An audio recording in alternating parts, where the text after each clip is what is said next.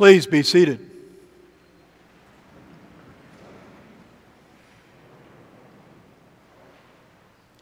You know that moment. We have all been there. It's been a long day. You're tired. You've finally gotten the children down, read the last story. The house is quiet. You found your place, poured your glass of wine, found your newspaper. It's time, your time, and the rest of the evening is yours. And then it happens.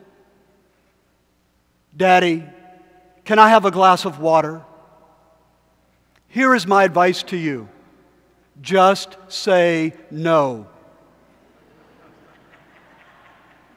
Just say no, because you know what is going to happen next. You're going to walk into that room, you're going to give her a glass of water, and you're going to have to read another story, maybe two, the 6th or 7th of the evening.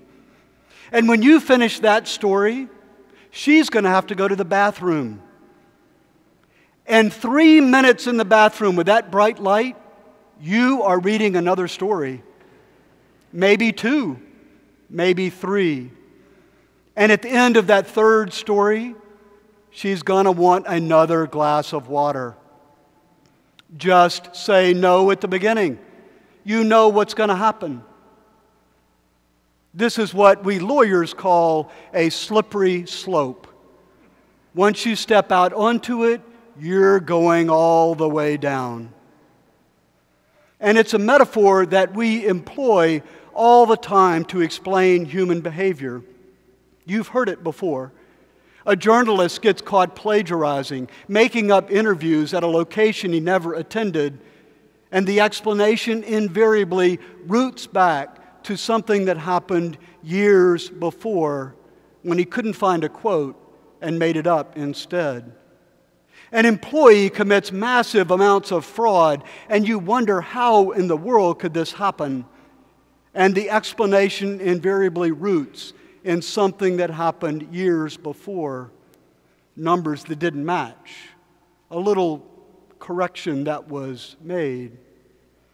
This metaphor can enrich our vision, enrich our ability to see what is happening around us. Yet, it is often used to predict the future, and in that case can make things cloudy, more difficult to see. The examples are many, but partial birth abortion or registering guns come to mind. Things where we have a difficult time addressing real issues because of slippery slope arguments. They're not always wrong, sometimes they're right, but how do we know? How do we decide? How do we know when this metaphor is helping us or hurting us? Jesus gives us an example and an answer, I think. Because you see, the leader of the synagogue, the one who wants to keep the rules of the Sabbath and prohibit any work, he's making a slippery slope argument, isn't he? He is rooting himself back into creation, back into the book of Exodus. He is on solid ground. God worked for 6 days. On the 7th he rested. So shall you to be present to God. Rest, solitude, withdrawal. This is the essence of the life of faith. And once you chip away at it, once you deviate from it even once, it is all in jeopardy. Allow a healing today, and tomorrow someone will want an exception for selling something that heals. And someone else will want an exception for providing what the seller of healing potions needs. You can see it happening. The synagogue leader is on firm ground. But Jesus also argues from tradition. Jesus goes not back to creation, but to the Exodus. Jesus is going back to the book of Deuteronomy, and he is arguing that the Sabbath is made for freedom, for release. Not just rest, but emancipation. freedom, what is necessary for the community to even exist. And that's what he does for this woman. He simply touches her. 18 years she has been bent over, bound, crippled on the margin of that community. 18 years. And yet just by touching her, telling her that she is healed, she is able to stand up. She is able to look at the world the way everyone else looks at the world. She is free. And the crowd rejoices.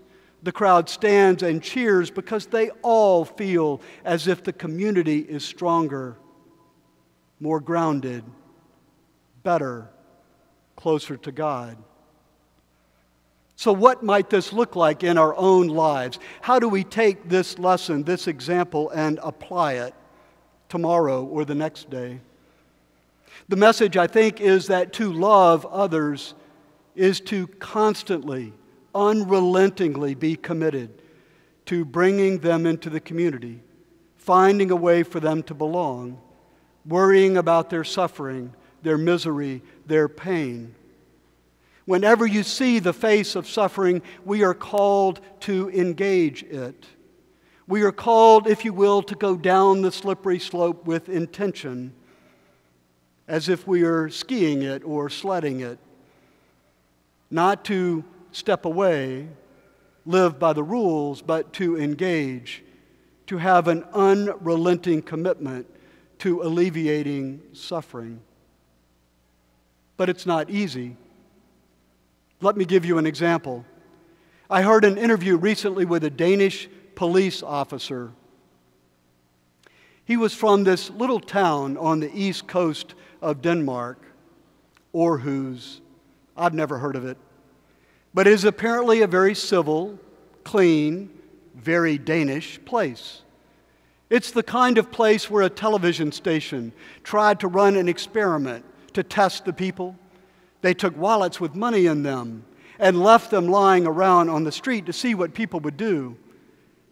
And they had to terminate the experiment because after a week, everybody had simply returned the wallets. It's that kind of place.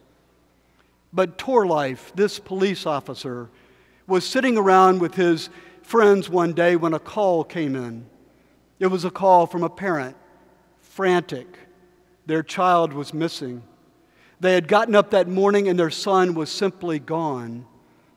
It was a black couple who was from Somalia. They were Muslims living in a Muslim neighborhood, and they had no idea what had happened to their son. So Torleif and his group immediately went to work as if it were a missing persons report. And what they gradually began to learn is that this boy wasn't alone. Gradually, over the next several days, they received other calls, more frantic parents. Our sons are missing. They are gone. We are frantic. There were 27 in all who were simply gone within a month or so. And as they began to investigate, they realized that they had gone to Syria. They had all been radicalized. They had gone off for the jihad. They were mujahideen, warriors some, heroes others, simply looking to belong. What they learned when they investigated the lives of these kids is that they had suffered some kind of humiliation. They had been called names. Their cars had been vandalized. They had been excluded. And together they had begun listening to radical imams, not there in Denmark, but on the radio. They all went to the same mosque, but it wasn't the mosque that was radicalizing them. It was their social networks that were radicalizing them. So Torleif called up the imam at the mosque and invited him to coffee. And what he saw in that imam's face was the same thing that he heard in the voices of the parents: fear. What he saw in that imam's face was the same thing he heard in the voice of the parents: confusion.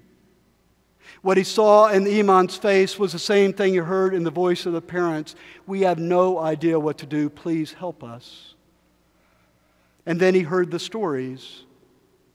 There was one boy named Jamal. Torlife had actually stopped him not long ago for a traffic violation. And when he approached the car, Jamal had been hostile. Torlife didn't understand why, so he asked him, "Why are you so hostile? Why are you reacting this way?" And Jamal said angrily, "Because I have been stopped 9 times today, and I have done nothing wrong. I am being discriminated against. I am Muslim. I am black. That's why I'm being stopped, and I'm angry." And then he went on. Now, Jamal did not go to Syria. He was ready to go to Syria. There's a long story about what had generated his humiliation. But he was sitting in a friend's apartment one day, preparing to go to Syria, to become mujahideen, to become a hero, to belong, and he received a phone call on his cell. It was Torlife. Torlife wanted him to come down to the police station or meet him somewhere else. He wanted to talk to him. Jamal simply cursed at him, cursed at the country, cursed his circumstances, and said he was leaving. And as he began to hang up the cell phone, he heard the police officer say something. Torlife said, "I'm sorry." Jamal was shocked. Sorry for what? Torlife had investigated Jamal. It had been brutal. He had pulled him out of school, taken the passwords to his social media accounts, searched his house, kept him out of school for a week while they determined whether he was a radical, whether he was a jihadist, whether he was a terrorist. By the time he got back to school, cleared of the allegations, it was too late. Exams had been taken. He had to repeat the year. Torlife said simply, "I'm sorry." And then they put the word out. If you want to come back from Syria, come see us. We will ensure that you belong, that you have a place to be. Now this is 2012. It's early in the ISIS game. People don't really know what's going on, but France has staked its claim shutting down mosques. England has staked its claim. David Cameron has declared anyone to go to Syria to be an enemy of the state, to be treated as such. Denmark is the 4th leading source of jihadist warriors, the 4th leading source of Western ground out of which jihadists are coming. But Torlife takes a different approach. The first guy that comes back has a bullet wound in his shoulder. They interview him, take him to the hospital, and find him a mentor, another black Muslim, someone who has been in Denmark but made it. And they continued to do this. Within the next 2 weeks, 18 of these kids called from Syria or elsewhere in Europe wanting to come home. And they were all invited back. 6 of those kids who had gone died in Syria and never came back. 18 are still there. But during that period of time, when Torlife and his group were welcoming people back, providing them a path to belonging, showing them that Denmark was their country, 330 kids called him. Not only the kids who had left, but the kids who were thinking about going. And by 2015, 1 boy left this town to go to Syria. 1. Now, the program is not perfect. It is a real-life story. Some of those kids are just bad, and you can't figure out how to make them want to belong. The kid that left, Muhammad, Torlife had been to his wedding. Torlife had done everything possible, and the kid took his wife, and he went anyway. And who knows what's going to happen if there's a terrorist attack in this town. But what we do know is that these kids wanted to belong. When they explained why they had gone to Syria, it was always the same thing. We wanted to be heroes. We wanted to belong. They defined mujahideen not just as being a warrior, but as being involved in the promotion of the faith. working in a hospital, serving the poor. It's a much more expansive definition than we think about. It's not an easy problem, but our calling, I think, is clear. Just as there is no way that we are not taking a glass of water to that child, knowing what's about to happen, so there is no way Jesus is not healing that woman, knowing what it will mean to her. And there should be no way that we stop trying to find ways for people to belong. Not being weak, not being naive, but searching, unrelentingly committed to the alleviation of suffering. At the end of this interview, one of the mentor for Jamal, who was now by another name, gainfully employed, considering himself to be a Dane, the mentor says in a voice that just wrenches your heart, these youngsters, they are dying to belong. These youngsters are dying to belong. And so it is, I think, that we, following Christ, are called to an unrelenting commitment to trying, always trying to find ways that people can belong. It is because of that, I think, that the crowd stood up and cheered at the synagogue. It is that, I think, that makes the community real. It is that, I think, that gives us a calling and teaches us how to love. Amen.